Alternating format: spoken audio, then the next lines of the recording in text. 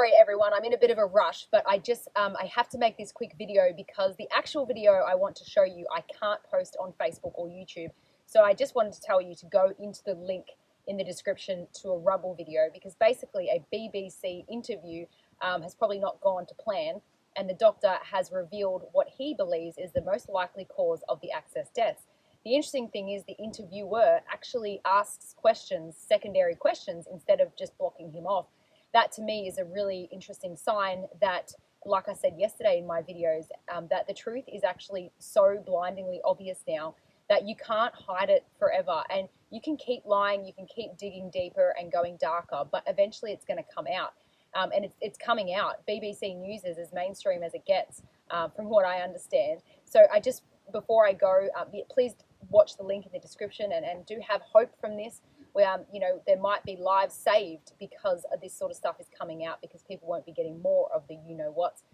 But before I do tap out here quickly, for those of you who did coerce people, who were paid to promote things without doing your due diligence, or maybe you actually did your due diligence and you didn't care because you are not a very nice person. But if you are actually a nice person and you were coerced to coerce other people, you have an opportunity to somewhat be a hero if you use your platform or your audience or your position to actually explain why you did what you did.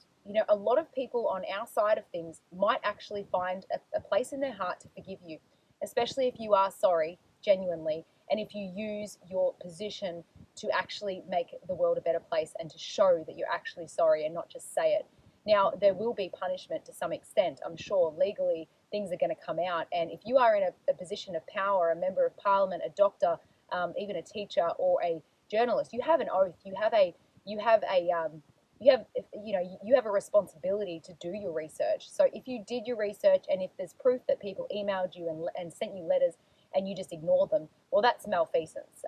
You're put in a position of power because people trust that position, that title. So you do have a responsibility to do your due diligence. And if you haven't, well, I'm sorry, but there has to be some punishment. You can't, when you're a kid, you don't do something naughty and get no punishment. A good parent will always punish things. So the point is that that's just how the world works.